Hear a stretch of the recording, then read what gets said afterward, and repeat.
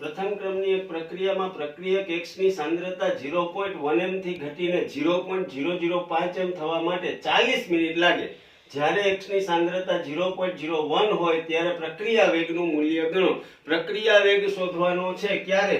તો કે સાંદ્રતા 0.01 તો વેગ બરાબર k r.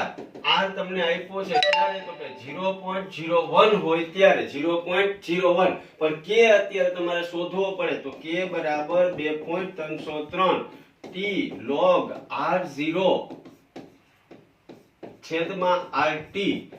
2.303 t કેટલી? તો કે 40 મિનિટ. log r0 કેટલું છે? તો કે 0.1 છેદમાં ઘટીને કેટલી થાય? 0.005. જો આ બેનો ભાગાકાર વિચારો તો 20 થાય એટલે k બરાબર 2.303 છેદમાં 40 log 20.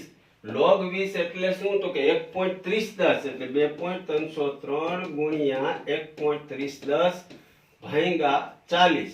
જો આ કિંમત અહીંયા મૂકી દો તો શું થશે? વેગ બરાબર 2.303 ગુણ્યા 1.3010 ભાગ્યા 40 ગુણ્યા 0.01 એટલે લગભગ તમારી 7.5 ગુણ્યા 10⁻⁴ આવશે. એટલે દિલ્હીનો ડી.